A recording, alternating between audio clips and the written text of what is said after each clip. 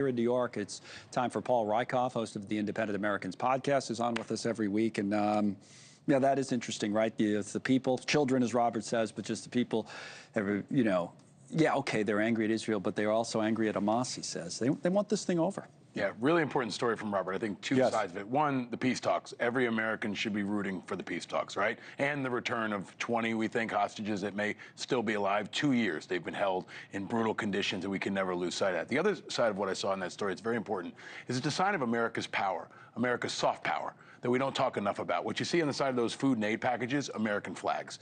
And those are young people that can be moved. We can win hearts and minds. They can be in a favorable position toward America as they grow up. I saw that on the ground in Iraq. It's not always a tank or a bomb. It can be medicine or food that really moves a population toward America and is in our national security interest. Yeah, that's become a big issue here, foreign aid, and should it be cut? In this case, controversy, as Robert reports, around the idea that some of these private contractors are involved.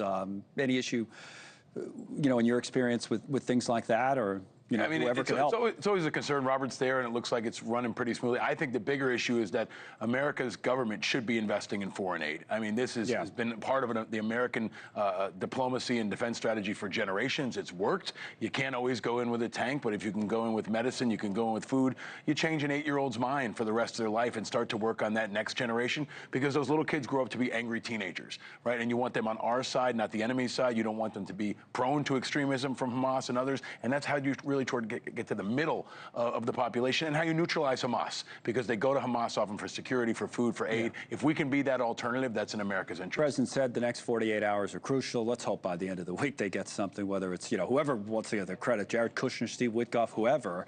Trump peace plan, though, by the way, I have it on the tablet. We can pop it up again. The bullet points surrounding it has been well received. I mentioned this on the show yesterday around the world, it seems to me. Yeah, I mean, that's, I think, what most folks want to get done in the world. And if they can ultimately get it done, everybody can get the credit. Nobody can get the credit. Peace is what we need.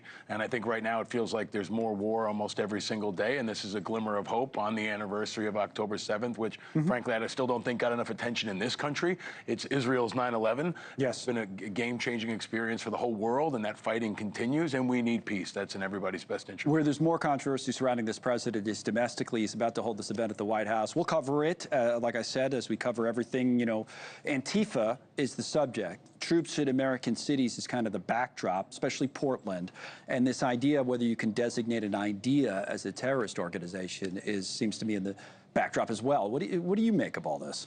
I think this is kind of the opposite of what we just talked about. This is a ratcheting up of tension. This is an escalation of our military use. He's identifying a very nebulous enemy that has often scared folks, especially on the right. But I think you've got to be overwhelmingly careful anytime you think about engaging our military, especially in battling anything. Right. But especially something as amorphous and undefined and unclearly led as Antifa. I think it can be a boogeyman. And we have to be careful of it being used as that to encourage the further deployment of troops. And there's always a question, can law enforcement handle this? I don't feel a threat from Antifa. I don't know if folks in Portland and other places feel a legitimate security threat from Antifa.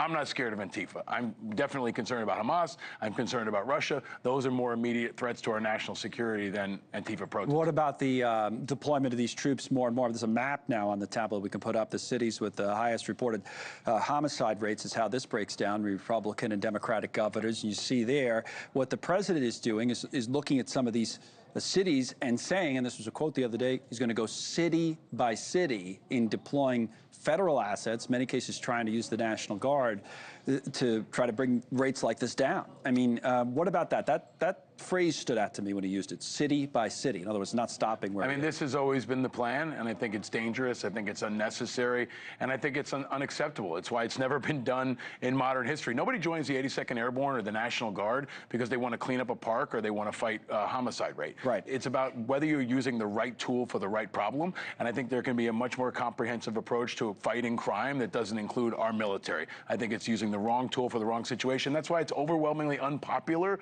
across Democrats, Republicans, and independents. Quick thought on, speaking, since you brought up the military, back to the tablet, working through the government shutdown now in day 8, 1.3 million active duty military, 97% of the VA employees, and 45% of now what they call the War Department civilian employees. Impact on the military, expectations here, might miss some paychecks. Huge. I mean, great job, everybody. I mean, this is the situation that Washington has thrust us into. I do think the Democrats are going to own more of this, and Trump has been mastering the narrative of pushing the blame onto them. And at the end of the day, our troops are often the first casualty in shutdowns. Right now, they don't know if they're going to get paid. I got notes today from folks that tell me my pay is down, which is the payment system. And there's the anxiety, right? Right now, if you're any one of those National Guardsmen that's deployed, or even if you're deployed overseas, you don't know if you're going to get your check in a week. We should never put our troops and our military and their families in that kind of situation. It's the worst of our politics, and there needs to be an exemption. There's been carve-outs before. They should do that immediately today. Okay, on the screen we'll put Paul's podcast. Just a quick thought that we got to run. This is another independent candidate, I believe, right here. Yep, we're profiling independents who are running for folks who don't want a Democrat or Republican. This is Ty Pickens, an Army veteran